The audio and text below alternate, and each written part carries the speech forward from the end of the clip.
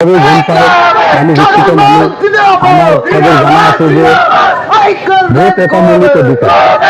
এতিয়া কোনোবা নেতা আমার ভোটকে যদি বিক্রি করে ও 10 লাখ 15 লাখ টাকার বিনিময়ে যদি বিক্রি করে সেই কথাটা আমি শিক্ষিত সমাজে কেউ গ্রহণ করি নল। কারণ হল আজি কংগ্রেস দলের জয় জয় ময় এটা পরিবেশ আসিল, কিন্তু থাকাতে এই আমার বিধায়িক এজনে এটা সুযোগ ললে, সুযোগ লই করিলে কি এই টিকিট বিক্রি করা আরম্ভ করিলে।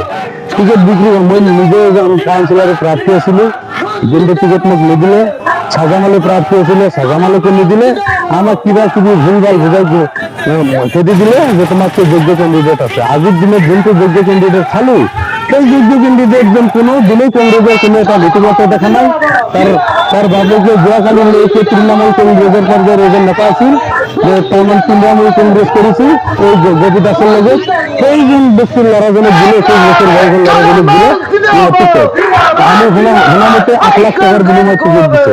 এটা মোর দৃষ্টিতে হল যে এই বিধানসভায় মোর ভোটটি বিক্রি করার অধিকার খুব পাই, গতিকে মোর ভোটটি মই কেতিয়া বিক্রি হব নিদি।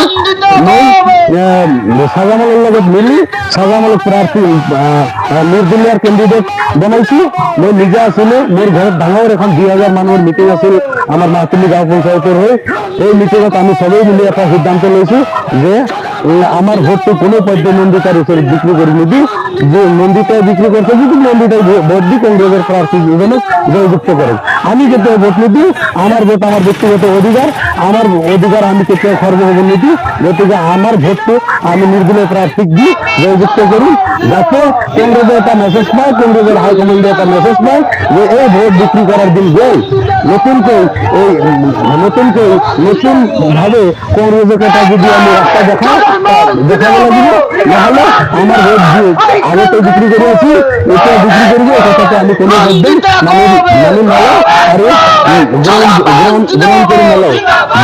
2000-3000 রাজ্যে আমার পেশারায় সাপোর্ট করেছে যে আমি এবার নির্দলীয় প্রার্থী জয়যুক্ত করাম, লাগিলে নিজের পকেটের পয়সা বাঁচিয়ে খরচ করি আমি এই ক্যান্ডিডেট জনক জয়যুক্ত করাম। তার বাবে যদি আমার সবেরই পয়সা বাতি দিব লাগে, খরচ করিব লাগে, রাজিভাবে আমি রাজ্যে খরচ করি। প্রার্থীজনের যদি আর্থিক অবস্থা দুর্বল আমি রাজ্যে খরচ করি হলে এই প্রার্থীজনক জয়যুক্ত করাম। এই আমিনুল নামের লড়াইতে মই শোনা পাই যে হায়ার সেকেন্ডারি পাস করেছে। আর এই সাজামাল নামের লড়াইতে এই লড়াইতে দেখা গেল যে বিকম করেছে, বিফার্ম করেছে। গতিকে বহুত উপযুক্ত, শিক্ষার ক্ষেত্রে বহুত উপযুক্ত, আর মানুষের মাঝে চলার ক্ষেত্রে বহুত উপযুক্ত। গতিকে আমি এই লড়াইতে সাপোর্ট করেছি রাজিভাবে। মই নিজে ক্যান্ডিডেট আসিনি যদি মই এই লড়াই করে তার উপযুক্ত কারণে মই সাপোর্ট করিল আর আমার রাজ্য সাপোর্ট করিল। মোর যে কোনো সাপোর্টের মানুষ আছে পেশে থাকলে সাপোর্ট করিল। আজ আরিফুল ইসলামের টিকিট দিয়া নাই, আমি শোনা পালি 10 লাখ টাকা খুঁজিছিল রাজ্যে, তো টিকিট দিয়া নাই। রাজভবন ঘেরাও আন্দোলনের পর আরম্ভ করে আমি সবাই আসলে মৃদুল ইসলামের যুক্ত হল। এই দিনটিতে আরিফুল ইসলামের লাখ টাকার উপরে খরচ হয়ে গেল। যিমান মন্ত্রী মিনিস্টার আহির সাবকারণে আহির দলীয় ডাঙর পর্যায়ের নেতাসকল আহির তেখেতসকলে খোয়া লোৱাৰ পৰা আরম্ভ করে সমস্ত খরচা আরিফুল হাজরিকাই করিলে। কিন্তু দেখা গেল যে এটা সময় টিকিটের সময় যেতে আহিলে তেতিয়া আরিফুল ইসলামের পৰা ধন দাবি করা হল। গতিকে আরিফুল ইসলামেও এই ক্ষেত্রে আমার দিনের ক্ষেত্রে বহুতখিনি সহায় করেছে। আমি সব মানুষ কংগ্রেসের আসিনি, কিন্তু আজি আমি এই পঞ্চায়েত ইলেকশনের ক্ষেত্রে আমার ভোটটো বিক্রি করিব নিদু, আমার বিবেকে বিক্রি নকরু। গতিকে বাইদেউ বিক্রি করেছে, বাইদেউ যদি নিজা ভোট দিয়ে যদি জয়যুক্ত করাবো পারে আমি করে না, এই ক্ষেত্রে আমার কোনো আপত্তি নেই। কিন্তু আমি রাইজে তার ভোট দিতে আমার ভোট আমার হয়ে থাকি। আসলে সকলে জানে যে গোটেই অসমতে বিশেষকৈ যাত সংখ্যালঘু মুছলমান আছে তাত কংগ্রেসের টিকট বিক্রি করেছে। আৰু এই ক্ষেত্ৰত তেখেতসকলে গম পায় যে মুছলমানসকলে কংগ্ৰেছক ভোট দিয়ে, গতিকে তাত মূল্যটো আছে, যাৰ কাৰণে এখেতসকলে বিক্ৰী কৰিছে। এতিয়া আমাৰ নৱগঠিত চমৰীয়া সমষ্টিত নন্দিতা দাসে এই কাম কৰিছে। উপযুক্ত যিসকল আছিল কেণ্ডিডেট তেখেতসকলে টিকেট পোৱা নাই, তেখেতসকলক পিছে খৰচো কৰাইছে 4-5 মাহ ধৰি। আপোনালোকে এই বিষয়ে জানে যে এজন এতিয়া নিৰ্দলীয় কেণ্ডিডেট হৈছে শাহজামাল হক। সি কাউন্সিলৰ টিকেটৰ দাবিদাৰ আছিলে, কিন্তু দুখীয়াৰ কাৰণে তেখেতে পোৱা নাই।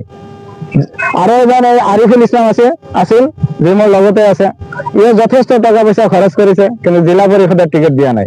আৰু সকলোৱে জ্ঞাত হৈছে আমাৰ অঞ্চলত যে কংগ্ৰেছে টিকট বিক্ৰী কৰিছে। গতিকে ইয়াৰ প্ৰতিবাদ সাপেক্ষে আমি আচলতে এটা প্ৰতিবাদ কৰিছিলো। আজি নন্দিতা দাস ডাঙৰীয়ানী আহিছিলে, আমাৰ সমষ্টিৰ বিধায়িকা।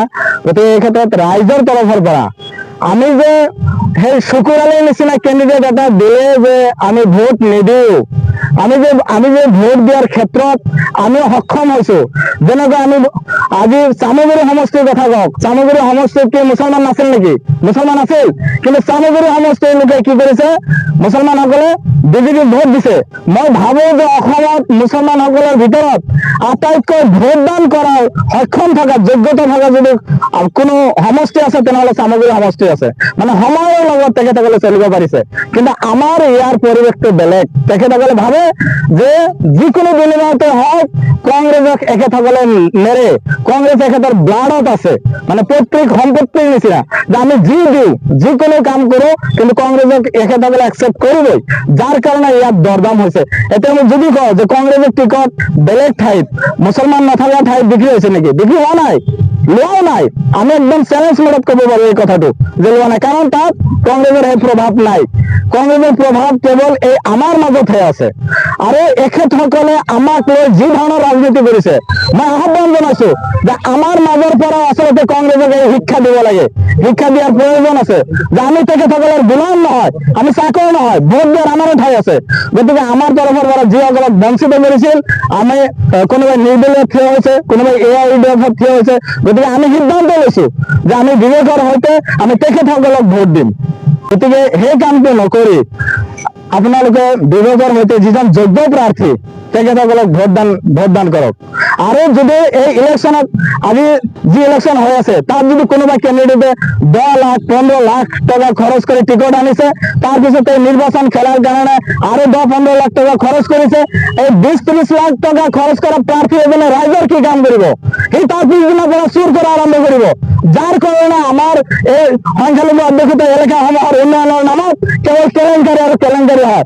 গতিকে ইয়াক আমি বিদায় দিব খুজিলে আমি যোগ্যজনক দিব লাগিব, যিসকলে ধনৰ বিনিময়ত এই হাৰাম টকা খায়, যিসকল মুছলমানে এই বিবেক বিক্ৰী কৰি ভোটদান কৰে, তেখেতসকলক মই বিনম্ৰভাৱে অনুৰোধ জনাইছো যে আপোনালোকে হালাল ৰুজি খাই, হালাল কৰি, ইছলাম ধৰ্ম পালন কৰি, মুছলমান হৈ এই কামবিলাক কৰা বন্ধ কৰক। নহলে আমাৰ ওপৰত এই আল্লাহৰ গজব পৰাটো তেনেই স্বাভাৱিক।